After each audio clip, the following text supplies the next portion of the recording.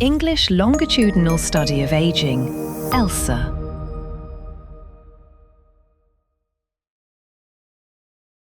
The Gateway to Global Aging Data, ELSA and other harmonized studies. Hello, everyone, and welcome, or welcome back if you followed us this morning as well. We've come to our last session of the day, and we are very happy to have with us Tristan Phillips from the Gateway to Global Aging Data. And Tristan will be presenting the ELSA harmonized dataset alongside with other harmonized datasets for cross-national comparisons. So I will leave the floor to Tristan. Thank you, Paula. And I'm happy to join this event today. As Paula said, I kind of want to talk a little bit more about kind of the broader network of studies that ELSA is part of that have kind of collect comparable longitudinal data on aging and some of the resources that we've designed as part of the Gateway to Global Aging Data. If you have any questions, feel free to ask them in the question and answer option on Zoom. And I think myself, I'll be monitoring that, and also some of the ELSA team if you have some ELSA specific questions. All right, so this is going to be kind of an introduction to the Gateway to Global Aging Data, but also more broadly, what we refer to as the Health and Retirement International Network of Studies, HRS-INS. So if I default to that acronym, you know what I mean there. So ELSA is part of a network of other studies. The original one was the Health and Retirement Study in the US, which was started in 1992. The next study to be added was the Mexican Health and Aging Study, or EMAS, and then after that, ELSA. And then you can see since those kind of first three studies how it's really continued to grow. Some of these are much newer studies. For instance, the longitudinal aging study in India has one wave collected so far, but with all of these, the intention is that they are longitudinal. They all share some of the kind of key characteristics here, which is that they're population representative of older adults for almost all of them. They're longitudinal interviews. They have comparable survey measures. So the things that you already know about ELSA, many of the kind of the core ELSA attributes will also be true, or the ELSA survey sections will be true. Like ELSA, they'll have multidisciplinary content. And like ELSA, they're publicly available. And of the growth of this network. So this is a graphic that we made that shows the number of interviews by the years, or by the 2 years of collection, basically. So you can see that in 1992 until 1998, it was just the US, and then Mexico was added in 2001, and then ELSA, of course, in 2002. And then then it's really just continued to expand, which really offers just a lot of kind of opportunities to understand how aging is different based on place, on policy, on context, and on population. So it's really amazing resource. One of the things that comes with having this many studies that are comparable, though, is the barrier to really understand them and to use them comparably in meaningful ways, because it becomes kind of heavy. So really the Gateway, kind of the core mission of the Gateway is to really kind of lower those barriers to help researchers understand how to use those together. That's kind of the original and core mission. So we provide information to help understand, access, and utilize this network of studies. So this includes things that we build as part of, mostly we're an outward-facing website, to study overviews, survey questionnaires, question concordance, domain-specific user guides, and a publication search. And I'll keep going through here. Each of these to give you a little more information. I decided, since you've heard a lot about ELSA today, you are all probably experts in ELSA now, I'll kind of show you a study overview for a different study. So we're looking at the Mexican Health and Aging Study. in case you're interested in comparing that study to ELSA. So first, we basically have some basic information, both kind of the cohort profile paper, which most studies have, and then information about the sampling frame. So they're age 50 and older. They interview one selected person per household plus their spouse, and their spouse can be of any age. This is, of course, a little different than ELSA.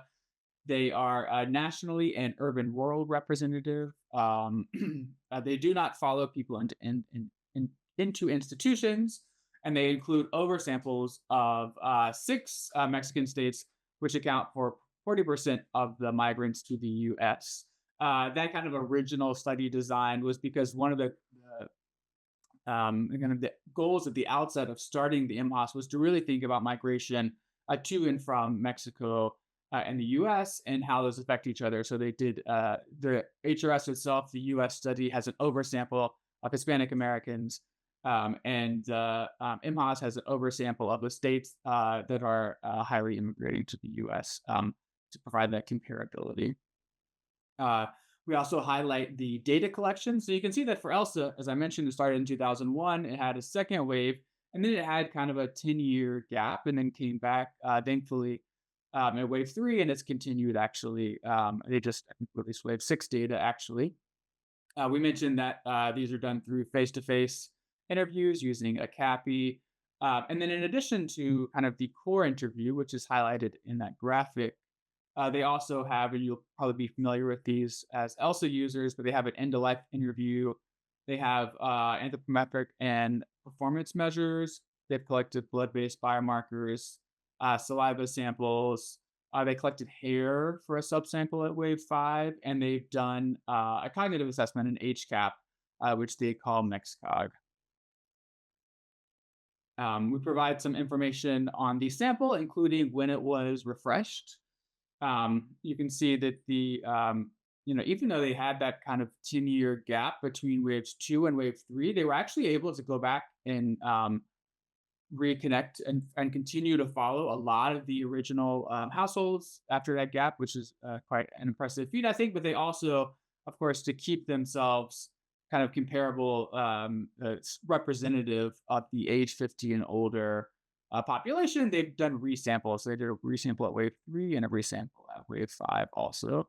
And we have some information about how the resample works.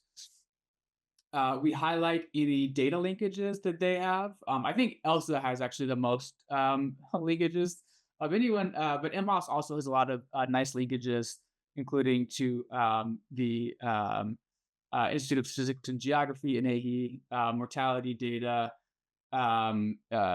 public pension program enrollment, historical data on air pollution, data on literacy rates, and social programs.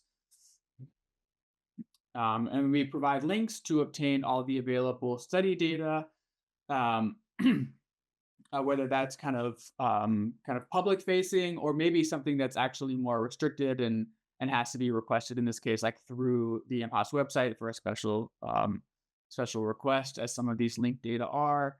And then we also highlight what are the gateway harmonized variables that we help create for them and how you get access to them as part of this. And so this is just one study overview. If you are interested in any of those other studies that I showed on that original kind of map, because you have a population of interest that you think is interesting to compare to also or look at on its own, you can use these study overviews to kind of get a sense of how are these samples and studies different, which I think is an important thing to keep in mind when you're doing kind of these kind of comparative works. We also basically index the survey questionnaire from all of the studies. So you can see here for the core interviews that we have here, we have kind of all the interviews for each of the different studies. HRS here through Mars. Mars is the Malaysian study. And inside of each of those, you have kind of the modules, and inside of each module, you have kind of the individual survey questions. So you can see here, this is wave three of MHAS. In their health module. And the first question here is, I have some questions about your health. How would you say your health is? And then you can see that the answer choices that they asked the respondents range from excellent to poor. Um, so they're kind of using here the scale that's also used in the US, which is different often than the self-report scale that's used in Europe, which tends to just a very good to very bad, kind of even Likert scale. Also to help kind of understand the availability and comparability of survey items, we built a question concordance. So you can see here in this graphic that we've kind of selected cognition and memory and immediate word recall and delayed word recall. And I'm just comparing, in this case, MHAS and ELSA. You could add all of the studies to this. But one of the things you'll see is that in MHAS used an 8-word list. And then they also allowed the interviewer to read the list 3 times. Whereas in ELSA, they used a 10-word list, and this word list was read out by interviewers. Like they couldn't hear by the computer. One word is read every 2 seconds, and then this word list is read once. This is kind of a really important difference to keep in mind if you're thinking about I want to use this kind of memory measure of word recall and comparability, because in this case, MHAS and ELSA aren't going to be as comparable without doing some kind of extra work to kind of align these answers, assuming that you think it's feasible for your research to align them. In many ways, a lot of the studies are very comparable because they're designed to be that way. But I showed this example to kind of, I think this is maybe a more nuanced difference that can happen between studies that's really important to keep in mind. And so we try to provide a lot of documentation to explain if these differences exist. And kind of to that same purpose, we've developed a lot of domain-specific user guides. So these are in-depth user guides that are written by experts on these topics that go through basically like all of the studies and say for like subjective well-being. And they'll say, here's all the questions in the domain of subjective well-being. How are they? First of all, just what are they? So they catalog all the questions asked per study. They would classify them into certain groups, and then they would say, here are the ways that they're most comparable. Here are the kind of best ways to deal with dissimilarity between those different studies. And so you get some kind of nice recommendations. These are more in-depth user guides, and really, often these user guides are what kind of help us to develop our harmonized data sets. We also provide them because I think they're really helpful for the broader research audience. And we also built a publication search. So we tried to build a search where users can find relevant publications for their research topic where the research was done using data from this network of studies. So you can see here in this example that I've just selected studies that have used data from both MHAS and ELSA. So one of the things that we do is that we'll go through all of the publications, but then we tag actually which, often in the title for a paper, it's not going to say, for instance, using ELSA data, right? And sometimes not even in the abstract will it say this. And so we've gone through and kind of gone at least to the data in the methods section of each of these papers and said, okay, so this paper that looked at England, US, and Ireland, this paper used ELSA data, for instance, and we've tagged it that way. You can also select by search by keyword or select from different topics and sort the years that you're interested in. So I think this is a nice addition to using maybe something like PubMed or Google Scholar, for instance, to find things. Those are going to be more updated. We try to update this annually. But the advantage is that we've already gone through and tagged what data sets have been used. And then for each of these, you can open them up and see more information, including a link to read the full publication. And as Paula mentioned on the outset, I think one of the most helpful things that we do for the research community is that we develop gateway harmonized data sets. And so these are data sets which we consider kind of like research ready or easy to use. All the data sets are mostly individual level cross-wave files containing a set of comparably defined variables. So for instance, we have a gateway harmonized ELSA data set.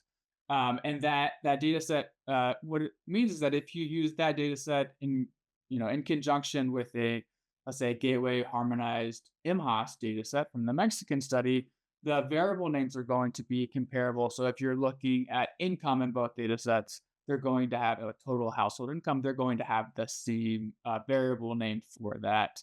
And it will kind of have the same documentation along with it. So we produced 5 different kinds of harmonized data sets as our project has grown, which is really just a reflection of how this network of studies has grown in its ambition and its scale. So the first is what we call the core. That's, of course, these kind of like repeated every 2 to 3 years interviews of the individual. The end of life data sets, that's the interview after the person has passed away with a caregiver or next of kin. The harmonized life history data sets, of course, ELSA did the first life history data set. And so that's actually where we started with our life history data sets. Um, we produce gateway harmonized cognitive assessment protocol data sets where we do kind of some extra work to kind of add into those things like accounting for some of those differences, as I mentioned, as we saw in the memory word recall test, if those still existed as part of the HCAPS. And then because a lot of these studies also fielded COVID kind of sub studies during the COVID pandemic, usually telephone based interviews, we also have a set of gateway harmonized COVID data sets. So as I mentioned, harmonized data sets are created to provide comparable research-ready variables. So we define variables as similarly across all waves of an individual study, but also across different studies inside of the network. Each data set combines all the waves from each study, and an individual is one record. All variables use intuitive variable names. So for instance, a variable called R1 work is whether the respondent is currently working in wave 1. And then a spouse version of most variables are also created. So if you're interested in kind of spousal effects, you don't have to do the spouse matching yourself. Basically, we've moved the kind of spouse values into the same observation as the respondent, and we give it a specific name. So the spouse values will always start with an S. So for example, a variable name called S2 work is whether the respondent spouse is currently working in wave 2.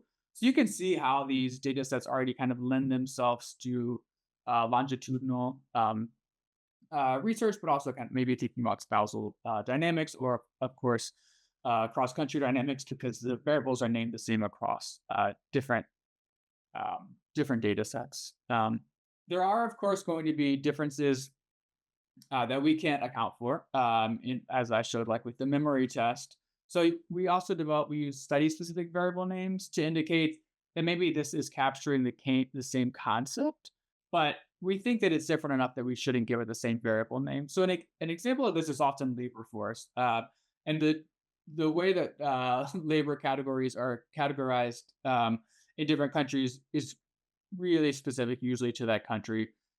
So in this example, I here have R1 LBRF labor force underscore M.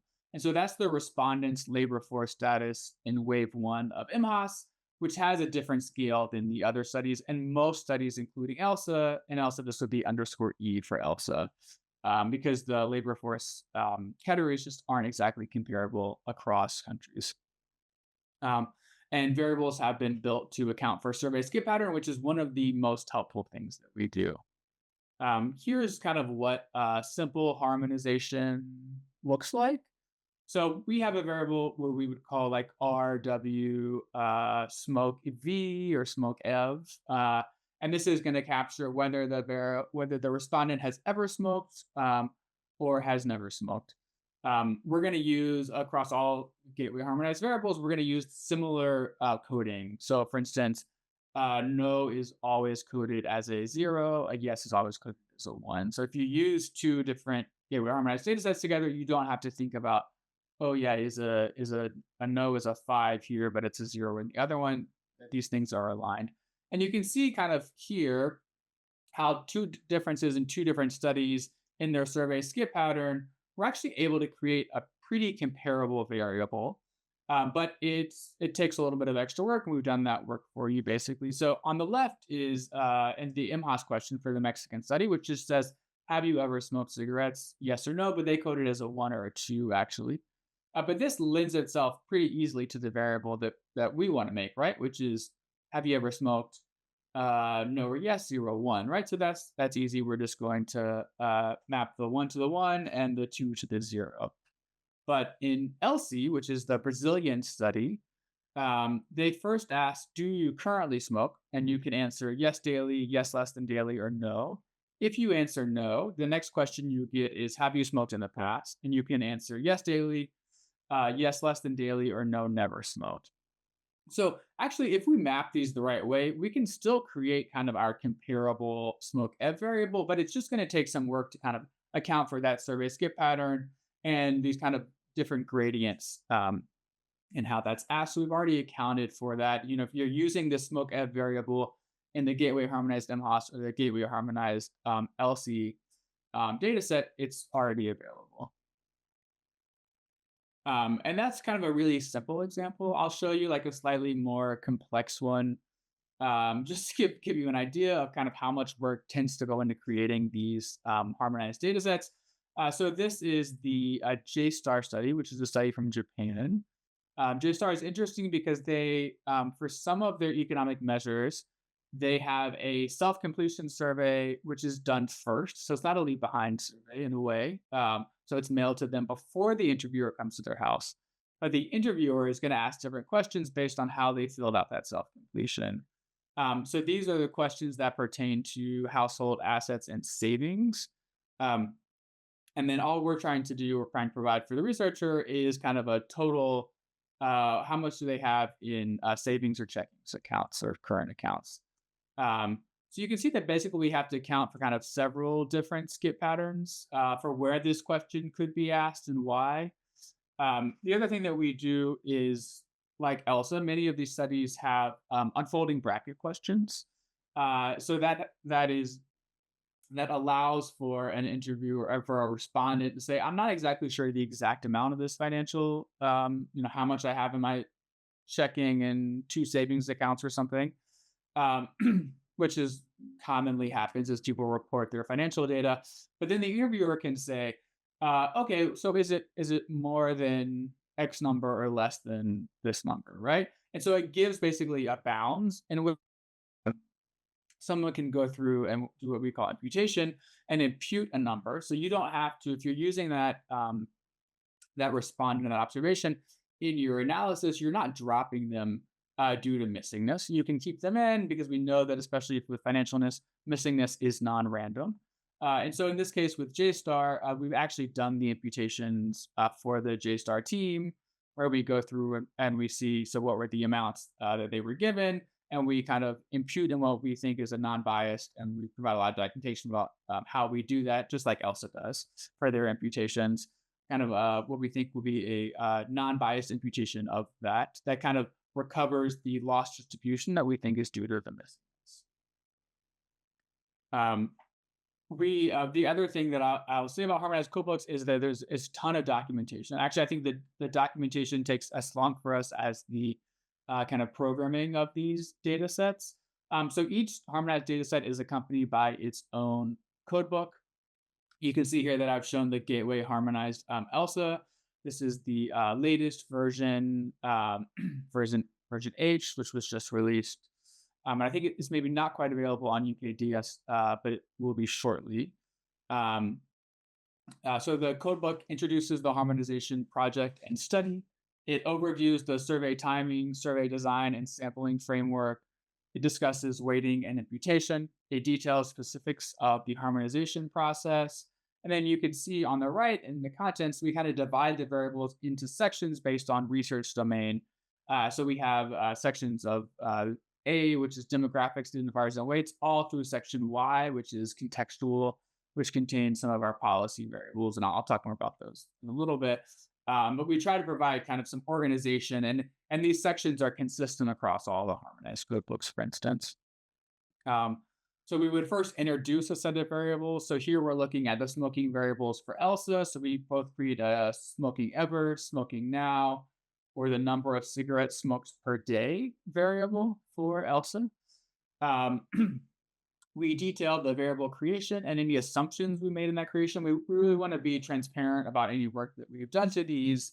So you as a researcher can understand, does this kind of, should I, is the work that the Gateway team did on the original ELSA data, do I need to think about how that will affect kind of what is my research question and how am I trying to answer it?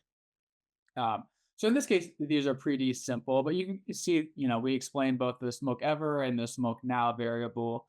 And we talk a little bit about how they're asked here. We also highlight any differences between this question at different waves. Um, and as there are some cross-wave differences in ELSA in the smoking questions that we kind of highlight here based on, here's some cross survey skip patterns in ELSA. So if we know that you said the ELSA interviewer knows that you said that you smoked at a previous wave, it would change what you're asked at the next wave. Um, and then we also highlight any cross-study differences. So if we think that these questions were significantly different between, we use HRS as our base of comparison, the US study. So if we think there's any differences, we kind of highlight that here. And in this case, we think there's no real differences that researchers need to be aware of if they're using this variable in comparison with the variables of the same name from HRS data sets. We show continuous distribution or distributions for continuous variables. So you can see I've shown here the smoking frequency variable. So these range from 0 up to looks like 125 basically, and then highlight also missingness. And then for categorical variables, we show the tabulations, and you can see the value codes that we're using. So a no is a 0, a yes is a 1, and we use special missing values, which are available in DataSAS and SPSS. So we try to give a little more information about when things are missing. So whether they're due because the respondent said they don't know, or maybe it's a proxy question that's not asked to proxy interviewers, or maybe the person refused to answer it.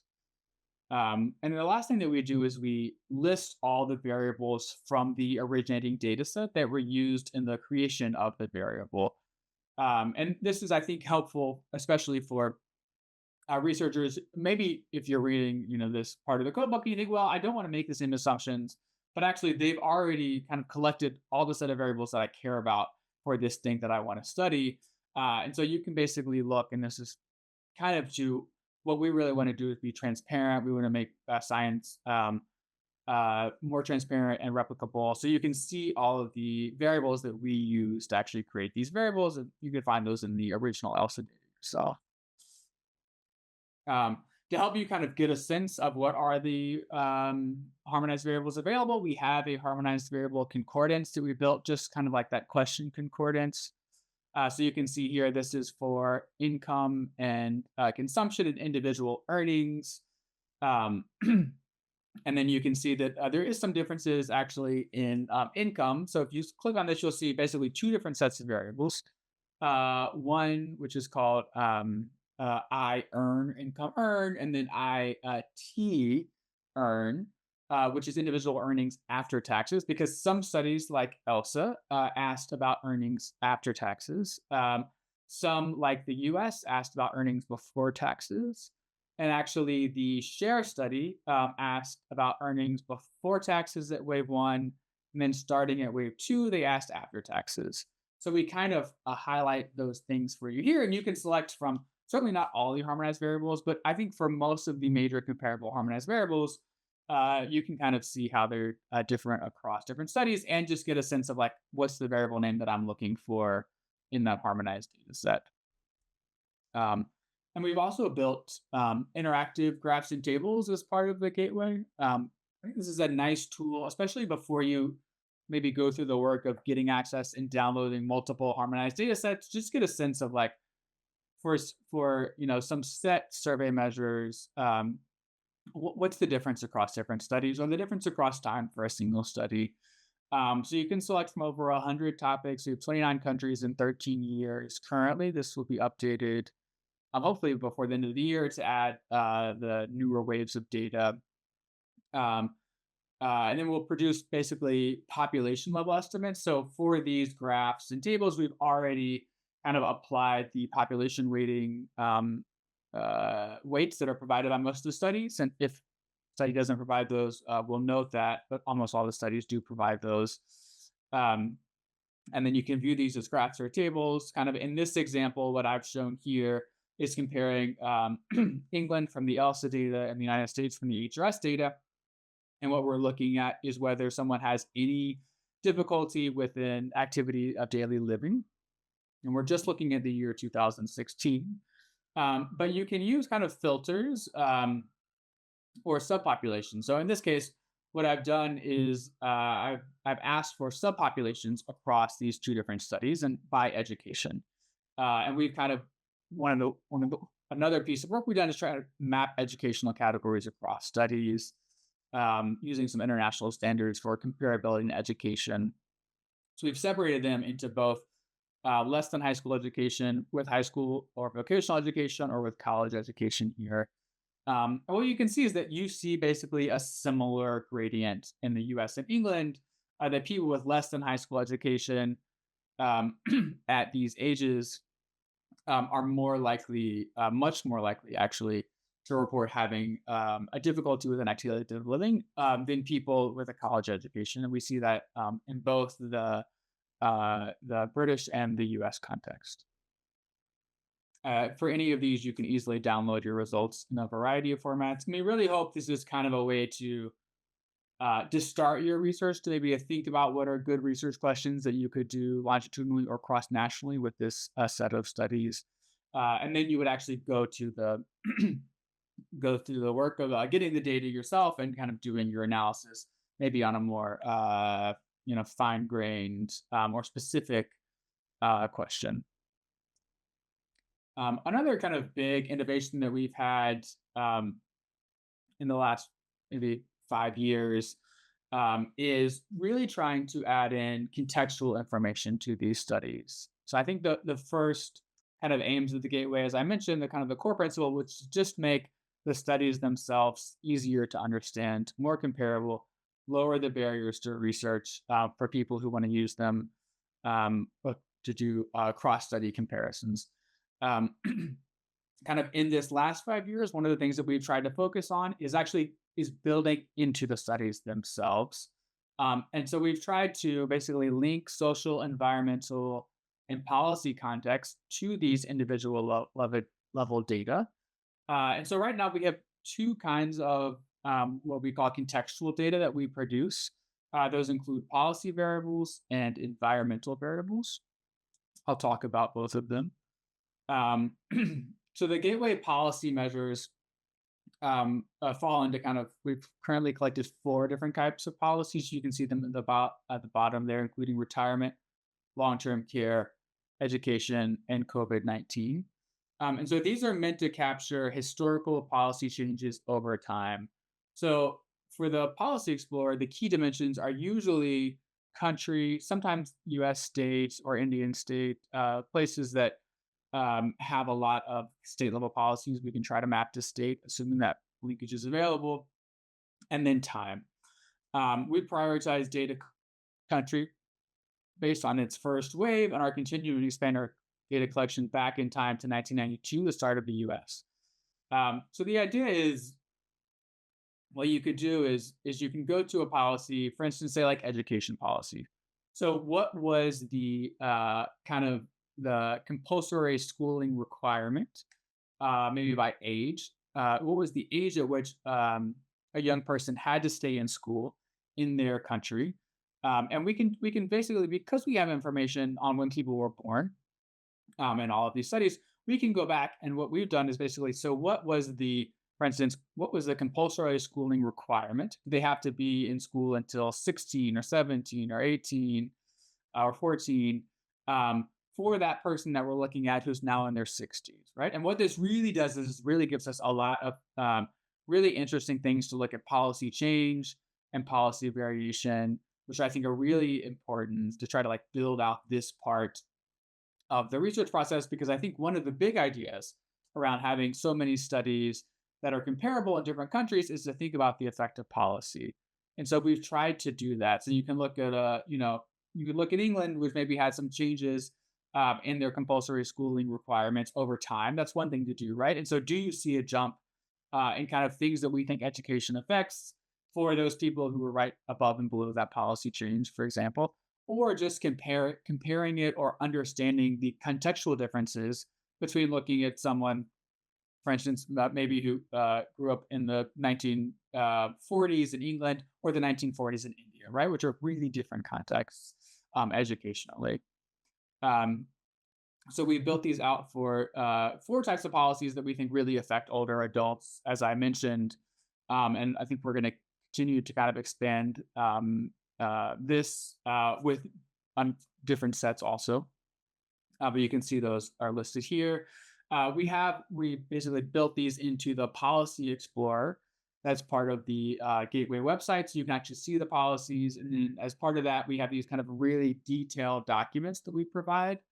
They would give you really specific information about saying, here's the policy change that happened in 2006. Here's what it did. Here's what changed between those different waves. And then, especially for some of the more complicated policies like retirement policies, which often kind of require some kind of benefit formula calculation or a contribution requirement calculation, or long-term care policies, which are often, say, like maybe they'll consider 5 or 6 of these ADLs, and you have to have a certain level of difficulty with those, and maybe you also need to have a cognitive difficulty.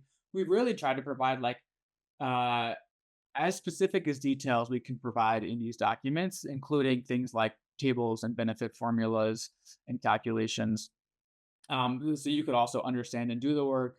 And I think one of our hopes is we've done all this work that these could also be used really outside of the HRS INS network of studies, that it could actually be used further outside of those too, because these policies, we're indexing them to say England in 2005. But there's a lot of studies that are collecting data in England in 2005, and so they could also be linked that way.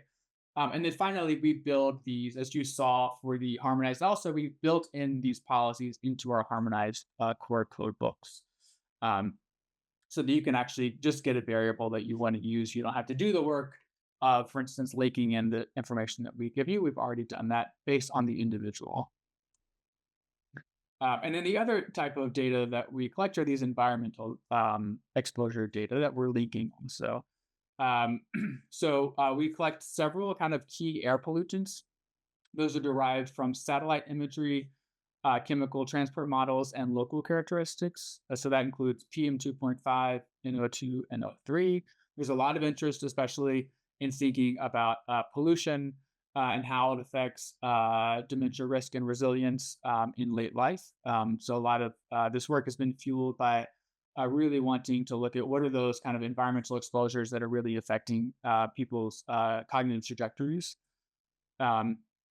We've also built out data for natural spaces. Those are measured by satellite imagery. So that includes green space, blue space, which is the presence of water, and then light at night or light pollution. And then also data on extreme weather. I think we know that both the extreme weather on both the cold and the hot end has real effects, especially for older people. It affects a lot of different parts of their health. So we've built extreme weather measures, including temperatures, maximum heat index, extreme heat index, total days of precipitation, extreme precipitation days. And these are linked at a 9-kilometer basis from 1992 to 2023. You can see a lot of these data visualized along with kind of documentation and references to understand how this data was collected on the Gateway Exposome website. You can see here the map for India. We've also developed a user guide for these environmental exposures, which is on the left, and that's available as part of the user guide series I mentioned. So currently, we're undertaking this linkage for this set of 6 studies. So that includes the HRS, ChileCog in Chile, Tilda in Ireland, Nicola in Northern Ireland, ELSA. The ELSA team is working with us on this, and the Lassie Dad HCAP study in India. So this is something that we're trying out. This is a lot of kind of intensive work to map these, and it and also takes working directly with the study teams, right? Because especially for the environmental exposures, it requires linking to the household that the respondent lives in that location, usually done by mapping latitude and longitude. Um, and then, kind of as we move to the end, I'll talk a little bit about data access. So the Gateway helps facilitate and provide access to original study data, Gateway harmonized data, and linked contextual data. So we provide data registration and access instructions for obtaining original study data for all of the studies. So for each of these studies that we've talked about that maybe you saw in that original map, we have in there a link to get access to their data. Usually the Gateway doesn't distribute data sets itself. Studies usually distribute the data on their own, but we would tell you where do you go to register for this data? And we also build out data access instructions so you understand, like, here's the steps to take. That's I think some people get tripped up by the getting access to the data sets.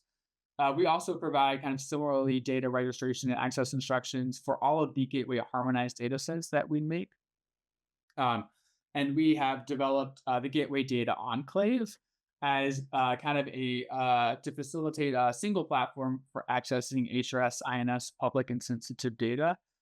So in this case, the data is not distributed to users, but for studies who opt in, we can provide access to these data as part of it. So it's a secure remote access computing desktop that allows researchers to analyze publicly available and sensitive data from this network. And it's safeguarding, basically, it's a very safe way to access these data, which I think is why studies have agreed to side on, because you cannot move any data off of the enclave. You can do your analysis, and we provided the tools like R, SAS, and Data, and other productivity softwares to do your analysis actually on this remote desktop. And you can export out your results after a review, for instance, but you can't remove any data from it. It's hosted on what's called the Skyshaper platform through the National Institute of Aging here in the US, their data linkage program. One caveat is that this linkage program is currently only available to researchers in the United States, but we are kind of actively working on building out a second kind of home that would be based in Europe for the Gateway Data Enclave. So I think that is progressing, I think, very nicely. So we hope to have kind of a version that would be available to all of you to access for those of you who are in Europe, kind of in the coming year. That's our hope. So we've built a lot of different types of harmonized data. You can see here, this is all of the harmonized data that is built or currently built. A few of these are not yet released. I'll mention what those are. But we built harmonized data sets for both the core, end of life, life history, HCAP, and COVID data sets. And then you can see the study names here at the top. The only ones of these that have not yet been released but are planning to be released, I would say, like in the next maybe 6 months or something, early half of next year, would be the SBS, which is the Chilean data set, ELSA, the Brazilian data set, and Nicola, the Northern Ireland data set. Those are not yet released yet, but they are in the process of becoming released soon. So there's a lot of different harmonized data sets for you to use, which really means there's a lot of comparability around a lot of different topics for you to kind of exploit in your research. This is the data that is currently in the Gateway Data Enclave. So it includes data from the HRS, both the original study data and the Gateway harmonized HRS data sets, data from ELSA, and that includes original study data and the linked environmental exposures that we've worked on with the ELSA team. This is another reason we really want to get kind of a second home for people outside of the US so that they can access those linked environmental exposures. For the India study, lastly, we have the original study data, including their HCAP data, as we have for the HRS and ELSA, harmonized data sets and linked environmental exposures. Also, we have the Chilean core data set. We'll be adding the harmonized data set as soon as that's available. and the environmental exposures. And similarly for Nicola, we have the original study data for 2 waves of Nicola there and their HCAP, but we'll be adding the Gateway harmonized versions of those data sets as well as mapped or linked environmental exposures. For any of the research that we do, the Gateway is kind of a free platform that's open to anyone who's doing research for research aims. We really want to be comparable. We do ask that if you use kind of information from the Gateway or um, use the Gateway harmonized data sets, that you would just include the citation as part of your research so that we can really understand how people are using this kind of data, which helps both our funding, but also helps us think about what are the things that are actually getting utilized, so we can spend the resources of our team kind of in the right direction. So to learn more, you can visit us at g2aging.org. That's kind of our main website, and you will find links to these other ones, but I've included them here. We've built a kind of a subsite that's focused on the COVID surveys, on the end of life surveys, on the exposome work that we've done, kind of collecting the environmental exposures. We have a link there for the enclave. And one of the other things that I'll mention is that we have a help desk, which is help@g2aging.org. This is a really helpful resource if you have any questions about getting access to different data sets or using them in comparison, or a question about a Gateway harmonized data set. We really would encourage you to reach out to us. We have a whole team who works on this. We field questions and we try to get back in a fairly short amount of time to people to answer their questions. So that kind of wraps it up for my talk. But I'm happy to take time now for any additional questions. And we have some ELSA team members here who could also answer questions if you have more questions about the earlier part of the user release day. So that you could ask here, but I'm also happy to answer questions about the kind of ELSA network of studies, or the Gateway and the Gateway harmonized data sets itself. Also, as I mentioned, we have that help desk. And so if you think of a question later, you're welcome to email us at that help desk. We had one question right now, which just asked, when can we expect to see the environmental exposure data released? So we're releasing those. Really, we just started releasing them, so I think in the last couple of months. So as I mentioned, they're available right now on the Enclave for the India study and for ELSA.